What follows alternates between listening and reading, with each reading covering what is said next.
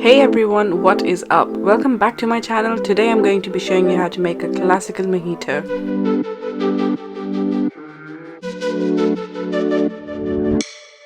So to start off, we're going to need one lime. You're going to roll it on a flat surface to release all the juices. Next, we're going to slice the limes as thinly as possible and then cut them into halves.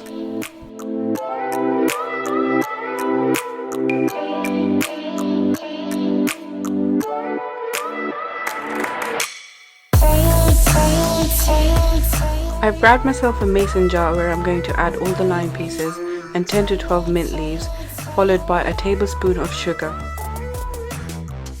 Next, I'm going to go ahead and use a pestle to press down on everything so the sugar, lime and mint can release the juices.